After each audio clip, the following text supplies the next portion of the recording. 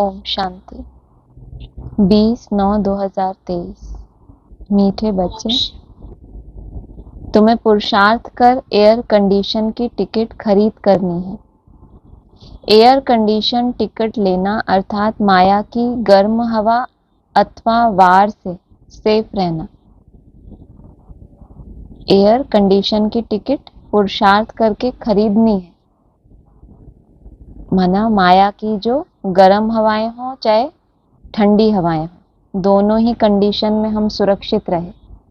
कोई माया का रूप ऐसा होता है जो काम और क्रोध की तरफ लेके जाता है, तो वो गर्म हवा हो गई।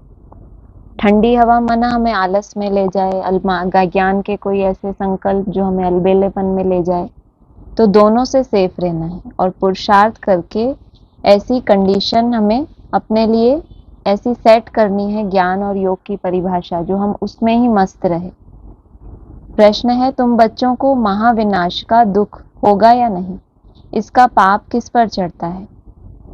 उत्तर है, तुम्हें इस महाविनाश का दुख हो नहीं सकता, क्योंकि तुम तो फरिश्ता बनते हो।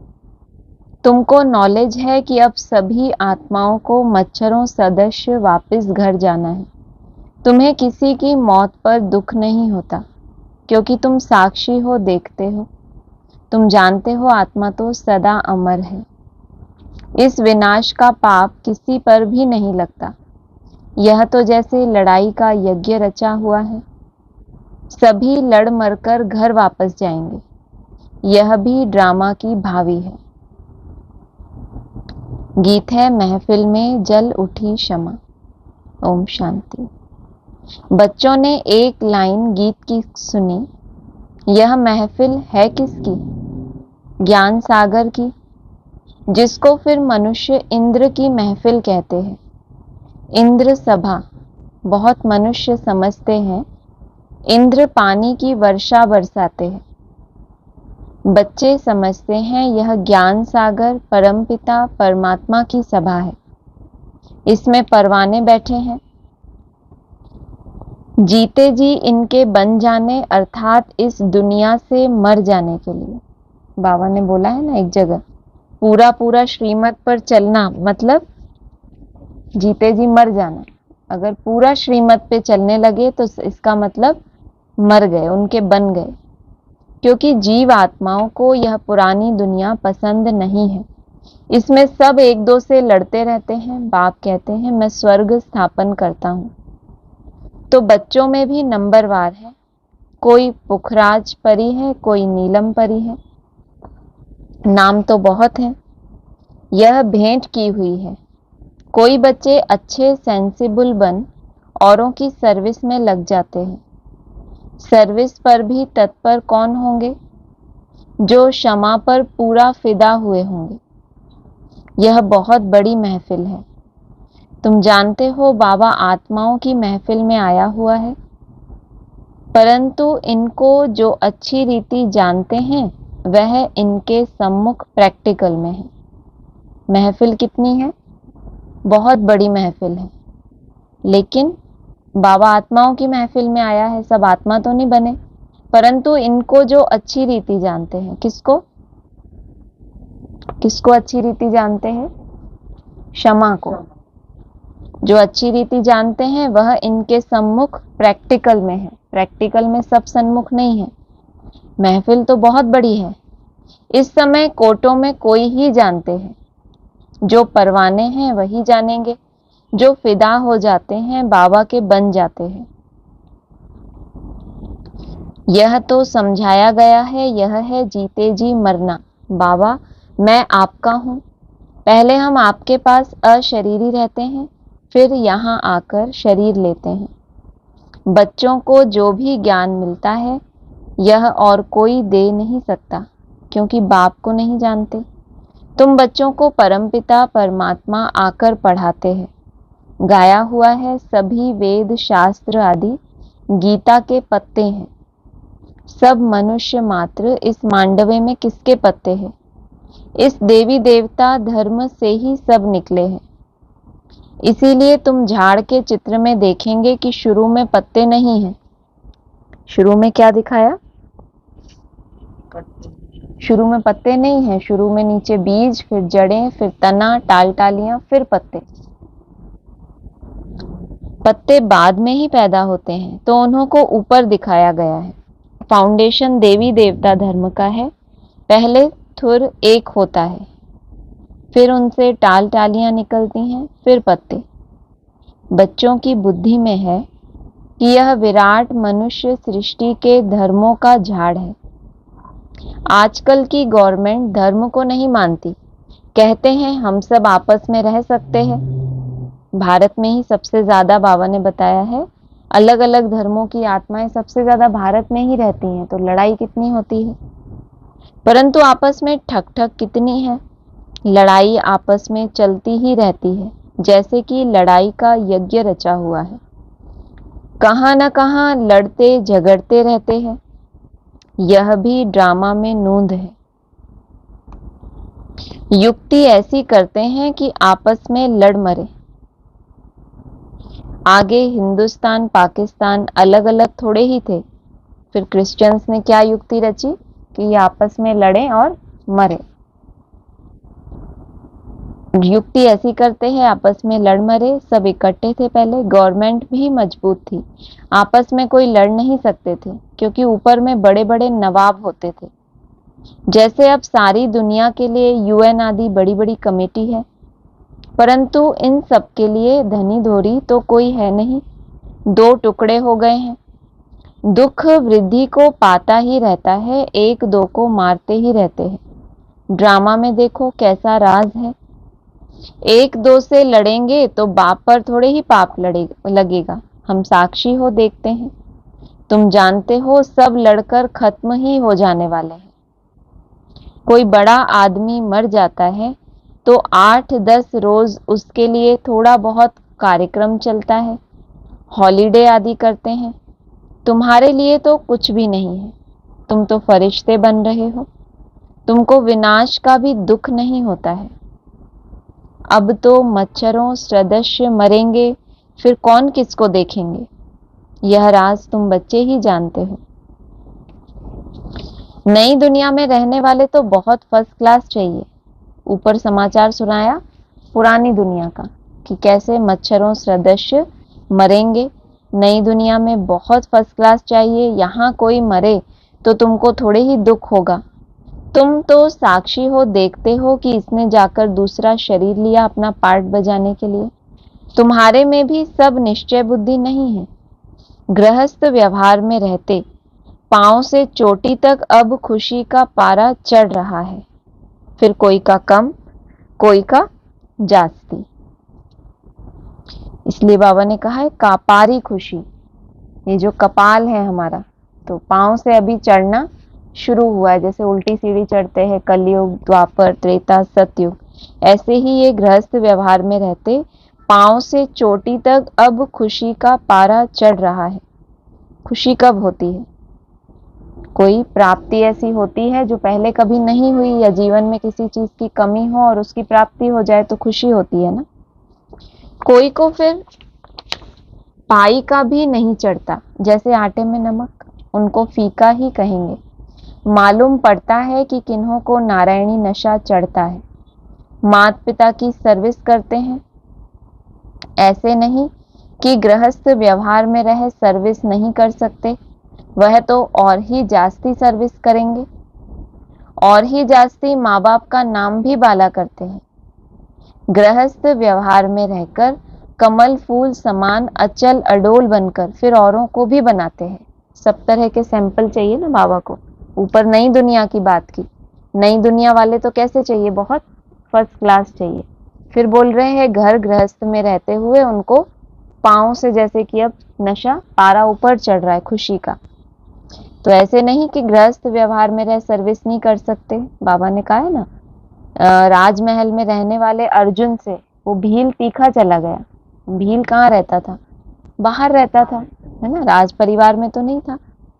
बाबा ने कहा है वो तो और भी जास्ती सर्विस करेंगे, और ही जास्ती माँ और बाप दोनों का नाम वाला करेंगे। गृहस्थ व्यवहार में रहकर कमल फूल समान अचल अडोल बनकर फिर औरों को भी बनाते हैं, तो उन्हों की महिमा जास्ती है। महिमा जाचती क्यों है? क्योंकि परिस्थितियां ऐसी थी कि उनके लिए सहज नहीं था, लेकिन फिर भी अगर अचल अडोल रहे तो महिमा जाचती थी है। तुम तो शुरुआत में निकल पड़े, वह भी ड्रामा। शुरुआत में क्या हुआ? घर गृहस्थ छोड़ के निकल गए थे ना, तो वह भी ड्रामा। भट्टी बननी थी, उसमें से कोई कच्ची ईंट निकली, कोई पक्की भी निकली। आईसीएस के इम्तिहान में सब थोड़े ही पास होते हैं, क्योंकि गवर्नमेंट को बहुत पगार देनी पड़ती है। अगर इतना सरल एग्जाम हो, बहुत सारे पास हो जाएं, तो गवर्नमेंट को कितना उनको वर्षा देना पड़े। यहाँ भी ऐसे है, बड़ी जायदाद देनी पड़ती है। मुख्य 8 पास होते हैं, फिर 108 की माला बनती है। पुरुषार्थ कर ऊंच पद पाना है, रिजर्व कराया जाता है ना। फर्स्ट क्लास, एयर कंडीशन, क्या क्या रिजर्व कराना है? या तो फर्स्ट क्लास या एयर कंडीशन। एयर कंडीशन में कभी गर्म हवा नहीं लगेगी। तुमको कोई भी इस दुनिया की गर्म हवा अथवा अर्थात माया का वार ना लगे, इतना मजबूत होना चाहिए। ऊपर बोला था ना, पुरुषार्थ करके एयर कंडीशन की टिकट लेनी है। जितना पुरुषार्थ कर रहे हैं उतना ही अपने को इन माया की गर्म हवाओं से बचा सकेंगे। 8 तो बिल्कुल फर्स्ट क्लास हैं, फिर 108 है। नाम भी है महारथी, घोड़े सवार, प्यादे। हर एक समझ सकते हैं कि हम कौन सी टिकट खरीद कर रहे हैं। हर एक को टिकट लेनी है। पुरुष को अपनी, स्त्री को अपनी टिकट लेनी है। ऐसे नहीं एक को भेज दिया हमारे पूरे घर की टिकट ले आना, ऐसा नहीं चलेगा। सबको अपनी अपनी लेनी है। स्त्री को चांस जाचती है। क्यों?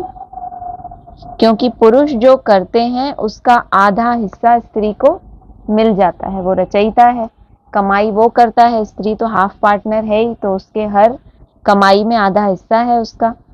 स्त्री जो सौदा करती है, वह कुछ भी देती है तो उसका हिस्सा पति को नहीं मिलता, क्योंकि पुरुष तो रचयिता है, पैसे उनके हाथ में रहते हैं। वह जो करेगा उसका हिस्सा स्त्री को मिल जाता है। स्वर्ग में तो दोनों मालिक रहते हैं, बच्चा एक होता है, वर्षा भी वह पाता है, कन्या भी अपना हिस्सा कायदे अनुसार ले लेती है। कल्प पहले जो कायदा चला है वही चलेगा।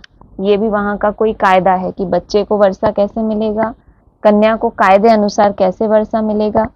वहां की रस्म रिवाज का ख्याल नहीं करना चाहिए। बाबा ने बहुत तो साक्षात्कार करा दिया है कि कैसे राजधानी ट्रांसफर होती है।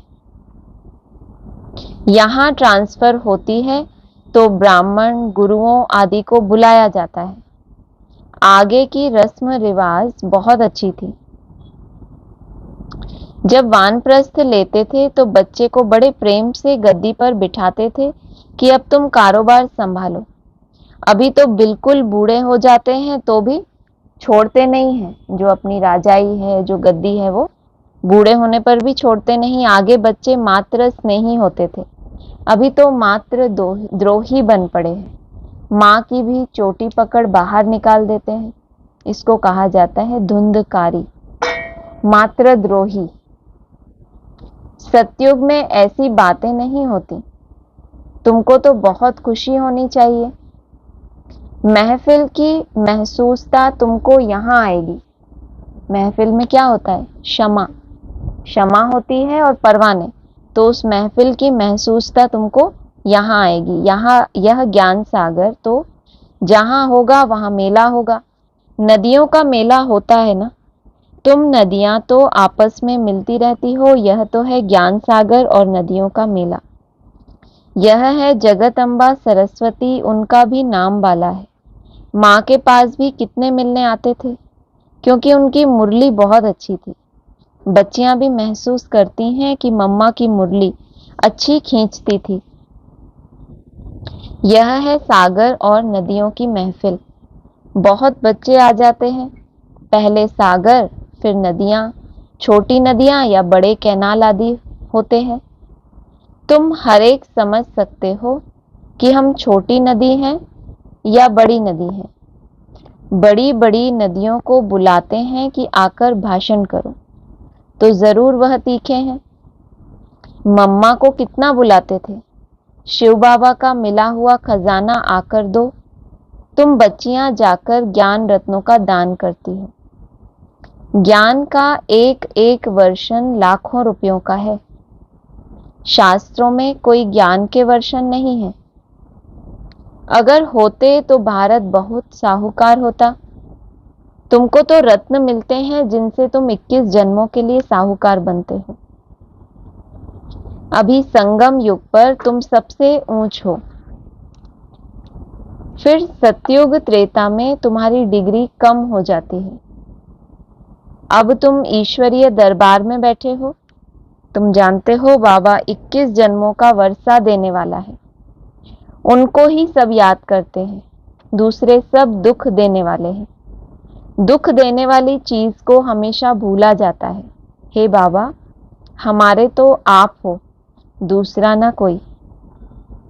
तो जब दुख मिलने लगेगा, जहां जहां अभी मोह है, माया है, पुरानी दुनिया, आकर्षण, जब हर जगह से क्या होगा, संसार ने जब ठुकराया तो द्वार तुम्हारे आया, ऐसा कहते हैं ना। तो दुख देने वाली कोई चीज है तो उसको हम भूलना चाहते हैं। कोई पुरानी ऐसी स्मृतियां होती हैं जो हमको दुख देती हैं, तो हम उनको भूलना चाहते हैं। कोई व्यक्ति ऐसे होते हैं जिन्होंने द्वारा बहुत दुख मिला, तो हम क्या करते हैं, ऑटोमेटिक वो हमसे दूर हो जाते हैं। अभी जिनमें मोह लगा है, वो अटैचमेंट खत्म नहीं हो रहा, तो आगे चल के क्या परिस्थिति बनेगी, नष्टो मोह तो बनना है ना। तो ऐसी कोई परीक्षाएं आएंगी जरूर। हे बाबा, हमारे तो आप हो, दूसरा ना कोई। जब ऐसा पेपर आएगा तो ये मुख से निकलेगा ना।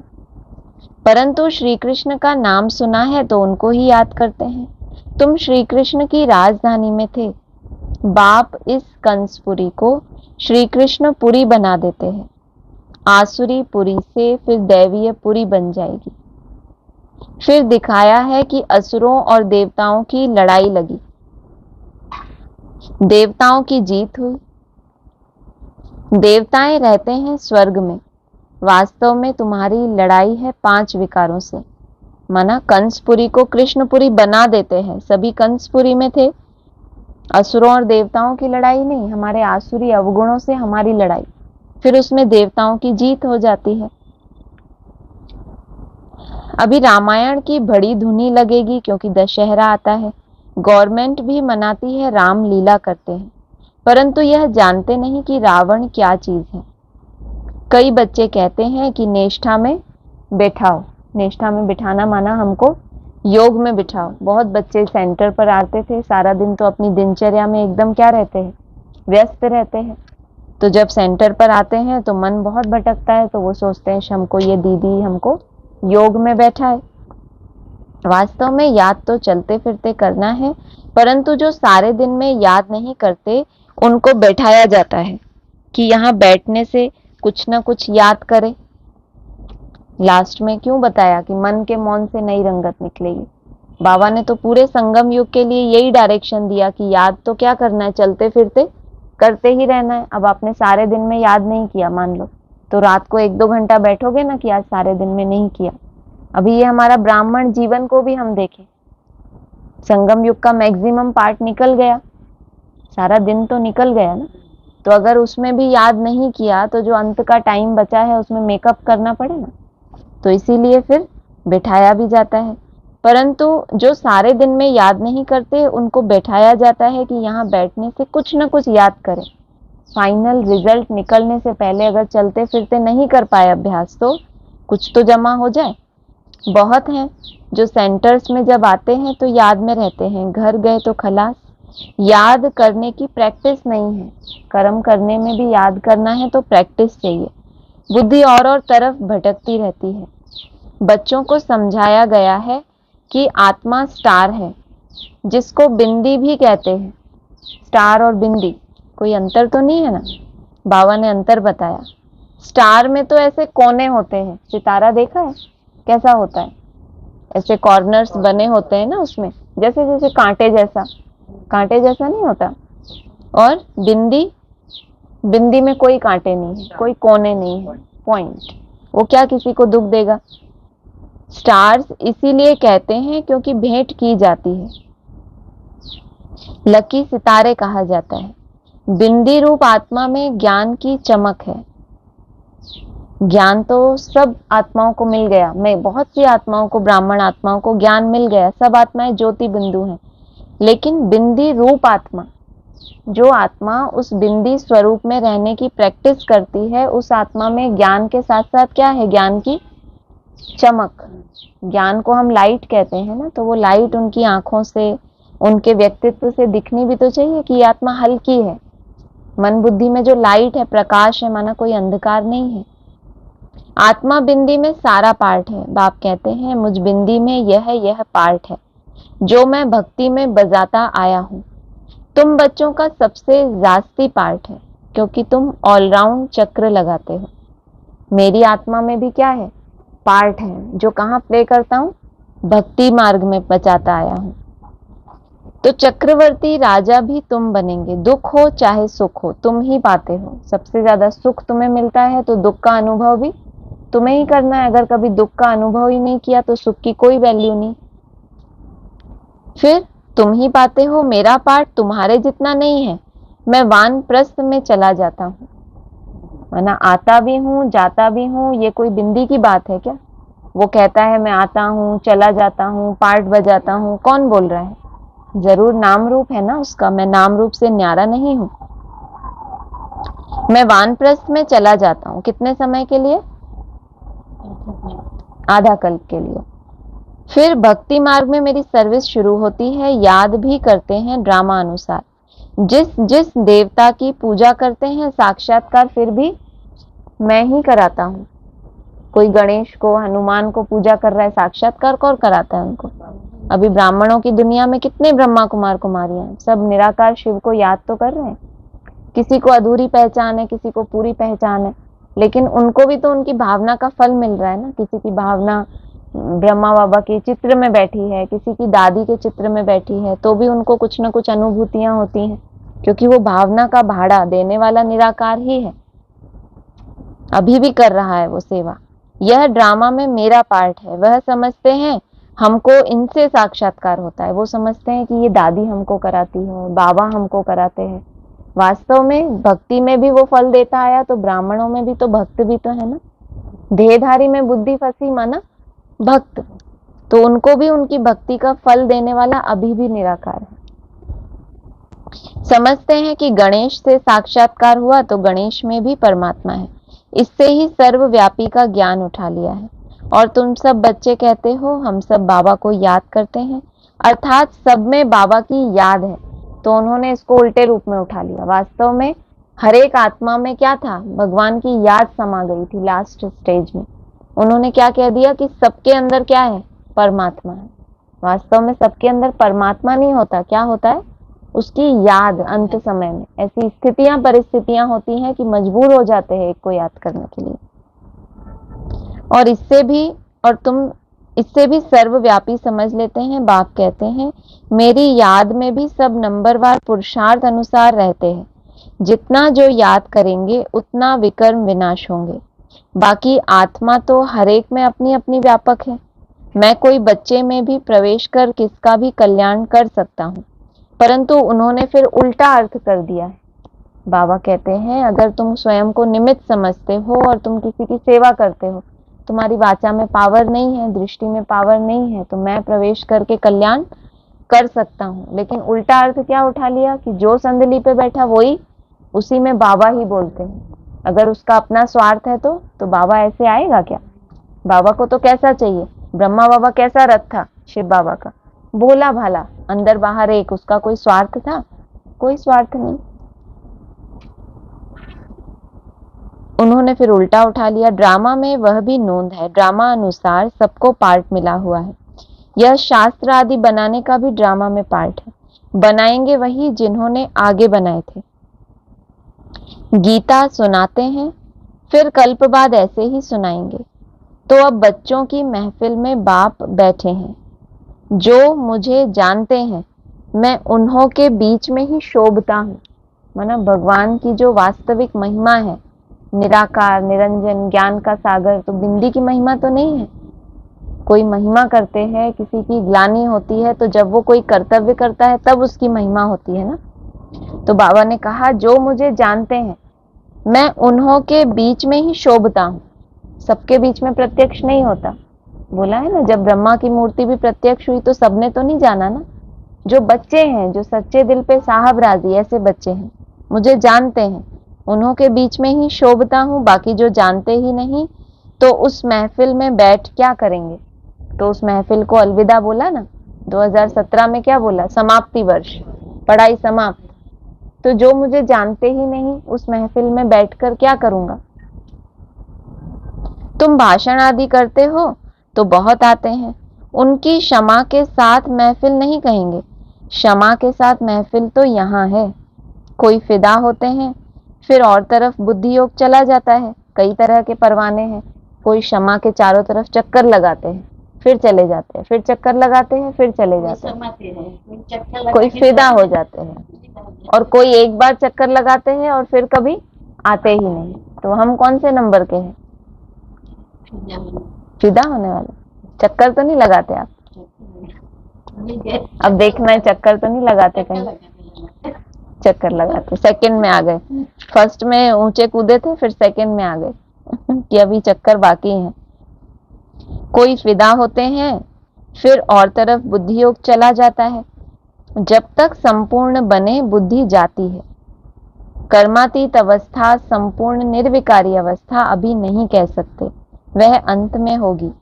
फिर यह पुराना शरीर छूट जाएगा। इस पॉइंट से भी बहुत से ब्राह्मणों को माया की ठंडी ठंडी हवा लगती है। ठंडी हवा लगती है तो कितनी अच्छी नींद आती है। तो ये पॉइंट से उनको बहुत अच्छी आलस में चले जाते हैं कि संपूर्ण निर्विकारी अवस्था और कर्मातीत अवस्था तो कब होगी? अंत में होगी। ये नहीं मालूम कि वो अंत लाएगा कौन। वो धर्मराज जब हमें, हमारी बोला है ना, तुम्हारी हड्डी हड्डी तोड़ दूंगा, मुरली में आता है ना, तो वो जब हड्डी तोड़े फिर कर्मातीत अवस्था हो तो उनको लगता है ऐसे बैठे बैठे हमारी कर्मातीत अवस्था होनी ही है अंत में, तो अभी तो आराम कर लेना। तो ये माया की ठंडी ठंडी हवा। ये नहीं मालूम कि अंत की रूपरेखा क्या होगी। बाबा ने बोला है समय से पहले तुम तैयार हो जाओ, या समय आए महाकाल के रूप में और वो तुमको तैयार करे। कोई ऐसा कर्म भोग आ जाए कि आप महीनों हॉस्पिटल में भोग रहे हैं, तो कितने पाप भस्म हो जाएंगे हमारे, हो जाएंगे ना। लेकिन भोगना कैसी है, वो कोई चाहता है कि ऐसा हो? तो फिर अंत में तो हो जाएगी, लेकिन ये समझना है बाबा की बातों को।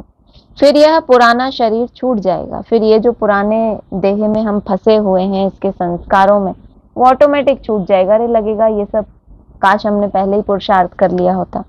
यह पुरानी खाल है। आत्मा इन पुरानी कर्मेंद्रियों से काम लेती है। अच्छा, मीठे मीठे सिक्की लदे बच्चों प्रति माता पिता बाप दादा का याद प्यार, गुड मॉर्निंग। रूहानी बाप की रूहानी बच्चों को नमस्ते, रूहानी बच्चों की रूहानी बाप दादा को नमस्ते। धारणा के लिए सार है, शिव बाबा से मिला हुआ खजाना सभी को बांटना है। अविनाशी ज्ञान रत्नों का दान करके 21 जन्मों के लिए साहूकार बनना है। दूसरा है, अपनी अवस्था अचल अडोल बनानी है।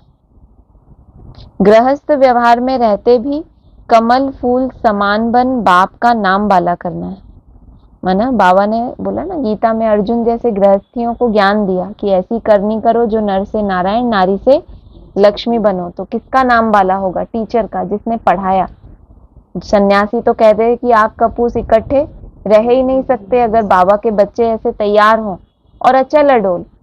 सेंटर पे जो समर्पित हैं उनकी अवस्था भले हिले, लेकिन ये अचल, माना इनकी बुद्धि चलती नहीं है इधर उधर। ज्यादा बुद्धि नहीं चलाना और डोलना। जब तूफान आता है तो नाव डोलती है ना, तो वो डोलना भी बंद हो जाए। तो अपनी अवस्था को अचल अडोल बनाना है। गृहस्थ व्यवहार में रहते भी कमल फूल समान बन बाप का नाम बाला करना। सर्विस में तत्पर रहना है। वरदान है, संगम युग के इस नए युग में, कौन सा युग चल रहा है अभी? संगम युग। उस संगम युग में से भी ये नया युग, अभी नया कल्प शुरू होने वाला है ना, अंतिम 14 वर्ष। तो संगम युग के इस नए युग में हर सेकंड नवीनता का अनुभव करने वाले फास्ट पुरुषार्थी भव। बोला ना व्यक्तवाणी में, नवीन नए वर्ष में क्या करो? नवीनता की अनुभूति करो खुद भी। संगम युग पर सब कुछ नया हो जाता है, इसलिए इसे नया युग भी कहते हैं। उठना भी नया, बोलना भी नया, चलना भी नया। नया अर्थात अलौकिक। स्मृति में भी नवीनता आ गई, बातें भी नई, मिलना भी नया, देखना भी नया। तो देखेंगे तो किसको? देखना नया कैसे हुआ? अभी देखने का अभ्यास क्या करते हैं? किसको देखें? आत्मा को देखें, शरीर को नहीं। भाई भाई की दृष्टि से संपर्क में आएंगे, दैहिक संबंध से नहीं। ऐसे हर सेकंड अपने में नवीनता का अनुभव करना। जो एक सेकंड पहले अवस्था थी वह दूसरे सेकंड नहीं, उससे आगे हो। मुश्किल? एक सेकंड माना बेहद का एक सेकंड साल, 21 दिन। 21 दिन में आत्मा अगर लगातार कोई दिन कोई पुरुषार्थ करे तो वो संस्कार बन जाता है उसका। तो एक सेकंड में जो अवस्था थी वह दूसरे सेकंड में ना हो, लगे कि 21 दिन कंटिन्यू ये किया तो अब वो पक गया। तो इसको ही फास्ट पुरुषार्थ, इसको ही, इसके अलावा कोई फास्ट पुरुषार्थ ही नहीं है। हर 21 दिन में आपके अंदर नवीनता देखना चाहता है बाबा। ऐसा कोई चार्ट बना। स्लोगन है, परमात्मा प्यार द्वारा जीवन में सदा अतीन्द्रिय सुख व आनंद की अनुभूति करना ही सहज योग है। सहज योग हम करते कहते तो हैं, लेकिन कोई भी चीज सहज कब होती है? कोई बॉडी बिल्डर होते हैं, वो बहुत वेट उठाते हैं। जब पहली बार उठाते हैं तो उठा सकते हैं क्या? पहली बार उठाते हैं, बहुत मेहनत लगती है, लेकिन लक्ष्य होता है अंदर में कि मुझे ये बनना है, मुझे ये वेट लिफ्टिंग करनी है, या जो भी उनको करना है। तो वो बार बार वही अभ्यास करते हैं। एक टाइम आता है वो आराम से उसी वेट को वो कोई लोग एक उंगली पे भी उठाते हैं। तो कैसे हुआ? लगातार वो हम सहज योग कह के पुरुषार्थ को भी सहज छोड़ देते हैं। वास्तव में उसको सहज बनाना हमारे हाथ में है, उसके अभ्यास से। परमात्मा प्यार द्वारा जीवन में सदा अतीन्द्रिय सुख और आनंद की अनुभूति करना ही सहज योग है। यह अनुभूति होना स्वतः हो जाए, इतना प्यार हो परमात्मा से। अच्छा, ओम शांति।